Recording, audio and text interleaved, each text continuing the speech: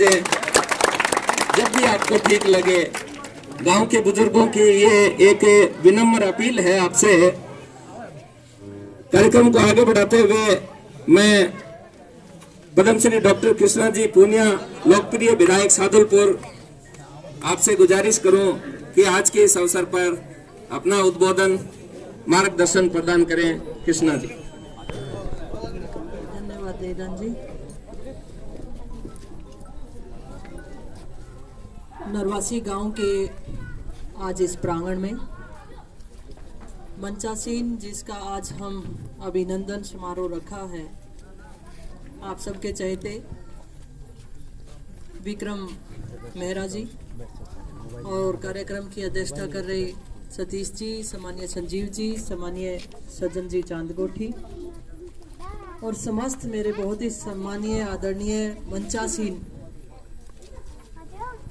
सभी मेरे पिता तुल्य भी बैठे हैं, मुझसे बड़े हैं, सबका मैं आदर सम्मान करती हूँ। सम्मानित मंच और सामने विराजमान सभी ख्याली और नरवासी से पहुंचे हुए, किशनपुरा भी कह दूं, नहीं तो देईदान जी भी बीच में ही है अपने, रोई भी छा गई लगा खेत इन्हें लगे, और मेरी माताएं बहनें और प्यारे बच्चों, सबका बहुत बहुत आभार। विक्रम, एक बात कहना चाहूंगी मैं यहाँ पे, जब मैं विधायक का चुनाव लड़ रही थी तो कोई ऐसी घटना घटी और उस दिन गागड़वास गांव में एक प्रोग्राम हुआ, तो उन्होंने आचार संहिता में, वो मुझे तो नहीं कर सकते थे, लेकिन मेरे बेटे को उन्होंने आशीर्वाद समारोह बना के रखा। और जिस तरीके से आपको आशीर्वाद बड़े बुजुर्ग दे रहे थे ना, ये आशीर्वाद मैंने अपने गांव में प्राप्त किया था। और वो आशीर्वाद सभी गांव वासियों के मैंने आपके लिए, आपके प्रति महसूस किया है। आप भाग्यशाली हैं। चुनाव हार जीत मैदान में होते हैं तो बनती है। मैं भी चुनाव हारी हूँ, छोटे से टाइम में 3 लड़े हैं, जिनमें से 2 हारी हूँ, 1 जीती हूँ। लेकिन जो सम्मान, जो इज्जत आपने पाई है, इसके लिए मैं आपको बधाई देती हूँ। साथ साथ मैं मेरे लिए भी आप सबका आभार व्यक्त करती हूँ।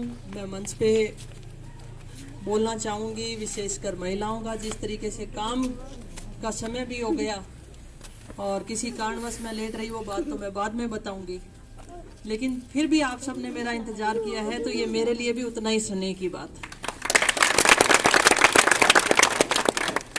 और विधायक बनने से पहले कुछ वादे आप सबसे किए थे, जो 2 साल के अंदर कार्य हुए वो भी मैं ज़रूर बताना चाहूँगी, क्योंकि आप सबके बीच में कोरोना की वजह से भी और भी कई कारण रहे जिसकी वजह से हम इकट्ठा नहीं हो पाए। तो सबसे पहले तो मैं जो वादे चुनाव में किए, जैसा कि अंतर्राष्ट्रीय स्टेडियम की मैं बात करती थी, आज उस स्टेडियम के लिए भूमि आवंटित हो चुकी है। इसके लिए मैं आपको बधाई देती हूँ। महिलाओं की शिक्षा के लिए हम बात करते थे, गांव में महिलाओं से बात करती, बच्चियों के बारे में बात करती, तो शिक्षा के लिए एक मुद्दा जरूर उठता कि कन्या महाविद्यालय राजगढ़ में होना चाहिए। आज इस मंच के माध्यम से और आप सबके तरफ से मैं धन्यवाद देती हूँ मुख्यमंत्री महोदय जी को। ये दूसरा साल है जिसमें हमारी बच्चियाँ इस कॉलेज में पढ़ रही हैं। पहले साल में ही हमें कॉलेज मिला। इसी राजगढ़ शहर में ट्रॉमा सेंटर की बहुत ज़रूरत थी, वो ट्रॉमा सेंटर हमें मिला। इसी राजगढ़ के अंदर Mahatma Gandhi English medium school मिला। जिसकी आर्थिक स्थिति है वो अपने बच्चों को अच्छा पढ़ा सकते हैं, अच्छे स्कूल में, प्राइवेट स्कूल में भेज सकते हैं। लेकिन जो गरीब है, जो हाथ का काम करके अपनी रोजी रोटी चलाता है, जो मजदूर है, जो किसान वर्ग है और जिसकी आर्थिक स्थिति ठीक नहीं है, उसके लिए मुश्किल था। तो सरकार ने एक और सौगात हमें राजगढ़ में दी, वो अंग्रेजी माध्यम स्कूल की दी। इसके लिए भी मैं आपको बधाई देती हूँ।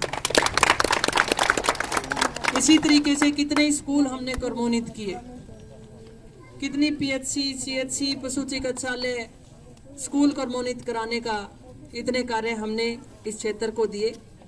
और मैं ये भी बताना चाहूँगी कि राजगढ़ की सीएचसी के अंदर 2 या 3 से डॉक्टर ज़्यादा नहीं रहते थे।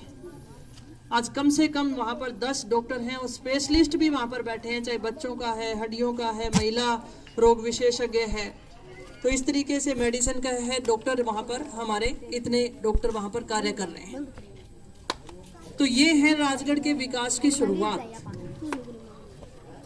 मेरे 2 साल के कार्यकाल के दौरान हमने ये बातें, आज से जो बातें मैंने बताई हैं वो मैंने रखी हैं। और महिलाएं पीने के पानी के ऊपर जरूर मुझसे पूछना चाहती हैं। और महिलाओं में रहता है कि कृष्णा हमारे वाली बात नहीं बोली। मैं बताऊंगी आपको, बहुत सारी लोग तरह तरीके की बातें भी कहते होंगे। हथेली पे सरसों हरी नहीं होती। बड़ा प्रोजेक्ट है और जल जीवन योजना के अंतर्गत चूरू जिले को सबसे पहले, प्रदेश में सबसे पहले हमने चूरू जिले को जुड़वाया है और जिसके अंदर राजगढ़ का विशेष तौर पे ध्यान देते हुए हम इस प्रयास में हैं कि जल्द से जल्द कार्य जो घर घर पीने का पानी जाना चाहिए, उसमें विशेष तौर पे डिघारला, नेसल और चांदगोठी, बैसली, रामपुरा, ये गांव हम घर घर के लिए स्वीकृत करा चुके हैं जनसंख्या के हिसाब से।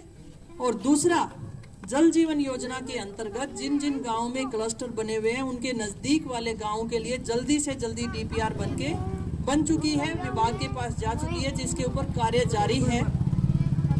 और ये निश्चित रहिए, ये कार्य मेरा बहुत बड़ा सपना है आपके लिए।